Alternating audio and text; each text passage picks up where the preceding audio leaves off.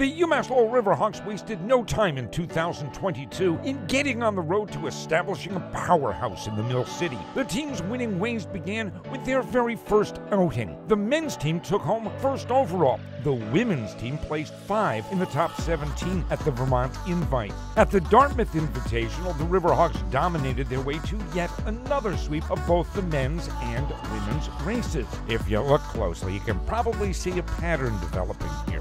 At the Paul Short Invitational, Kenzie Doyle made her presence felt with a new personal best. She landed in 16th place in a field of 417 competitors.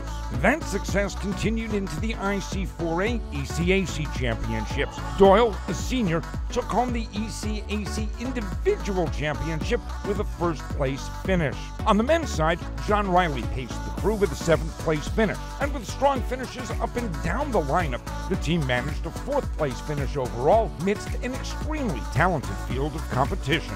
As October wound down, it was time to vie for what no team had done in nearly 30 years: sweep a 3rd consecutive America East cross-country championship. The women began the day in dominant fashion.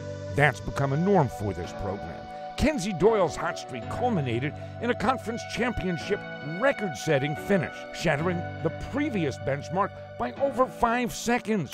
Joining Doyle in the top 10, graduate student Izzy Giesing and sophomore Sarah Ross would push the Riverhawks onto the top of the podium. The men's side was no less dominant, with veterans John Wiley and Drew Everett dominating the race from start to finish and taking the top 2 spots in a neck-and-neck battle to the finish line.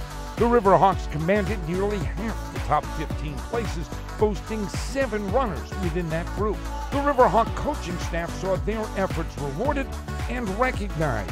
They were honored as the 2022 America East Coaching Staff of the Year.